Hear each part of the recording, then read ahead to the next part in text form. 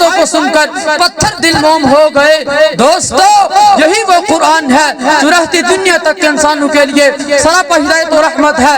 یہی وہ قرآن ہے جس نے رسول کی رسالت کو احساس بخشا۔ یہی وہ قرآن ہے جس نے پسماندہ قلوب کو تازگی بخشی۔ ہاں ہاں یہی وہ قرآن ہے جس کی برکت سے جنات و شیاطین کا آسمانوں پر جانا بند ہوا۔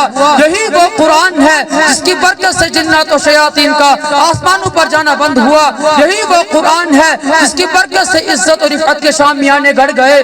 یہی وہ قرآن ہے جس کی بدولت محبوب حقیقی کی رضا نصیب ہوتی ہے۔ یہی وہ قرآن ہے جو سچائی اور امانت داری کا درس دیتا ہے۔ یہی وہ قرآن ہے جس کی بدولت عمر فاروق کو ایمان نصیب ہوا۔ یہی وہ قرآن ہے جس کی نصیب پیش کرنے سے ساری دنیا عاجز و قاصر رہی۔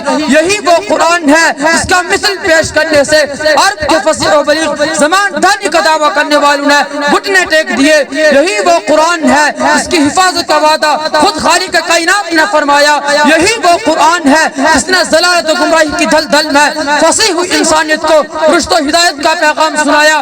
یہی وہ قرآن ہے جس نے ذہنی قوتوں کو جلا بخشا۔ یہی وہ قرآن ہے جس کی برکت سے اجڑے چمن میں بہار پیدا ہوئی۔ محترم حضرات، آج کے اس نازک دور میں حفظ کلام پاک کو فضول سمجھا جاتا ہے۔ اس کے الفاظ رٹنے کو حماقت بدلا جاتا ہے۔ کہا جاتا ہے اس کا رٹنا اور بے سمجھا بننا بے سود ہے۔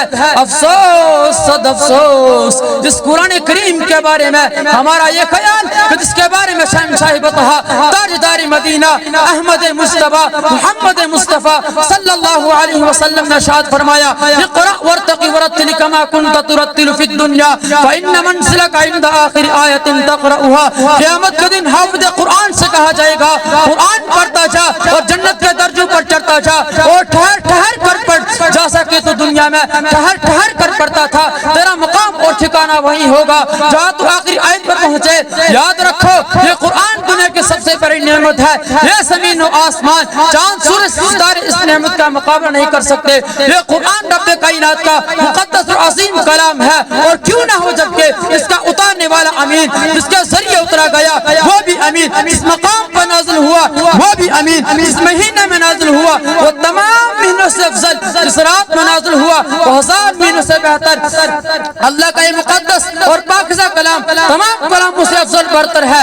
حدیث پاک میں آتا ہے فضل کلام اللہ علی سائر الکلام کفضل اللہ علی خلقہ، اللہ کے کلام کو تمام کلاموں پر ایسی فضیلت ہے جیسے خود حق تعالی شانہ کو تمام مخلوق پر اللہ کا دلارا خدا کا پیارا نبی ارشاد فرماتا ہے جس نے قرآن پڑھا اور اس پر عمل کیا اس کے والدین کو کل قیامت کے دن سورج سے بھی زیادہ روشن تاج پہنایا جائے گا۔ غور کرنے کا مقام ہے کہ جب اس کے والدین کو اس قدر نوازا جائے گا، خود پڑھنے والے کا مقام اور مرتبہ کا کیا عالم ہوگا۔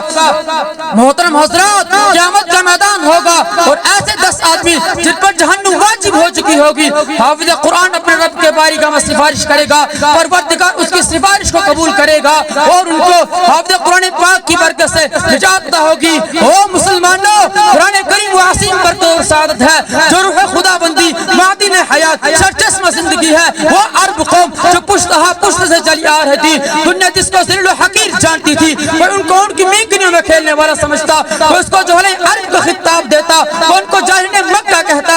لیکن جب قرآن آیا جس کا نام جوہل عرب تھا، صحابہ کرام ہو گیا، جس کو نفرت سے یاد کیا جاتا تھا، ان کو رضی اللہ عنہم ورضوا عنہ کا ساتھ ملا۔ جس زمانے کا نام جاہلیت تھا وہ زمانے کا نام خیر القرون ہو گیا۔ وہ مردہ قوم جو گڑبڑ نہیں لے سکتی تھی، طاقت و قوت سے ایسی لیس ہو گئی جس نے حکومت و سلطنت کا تخت الٹ دیا۔ محترم دوستو، قرآن آیا، زمان و مکان میں زندگی آئی، قرآن آیا، عدل و مساوات کا پیغام آیا، قرآن آیا، مذہب اسلام پھیلا، قرآن آیا، مردہ قوم زندہ ہوئی،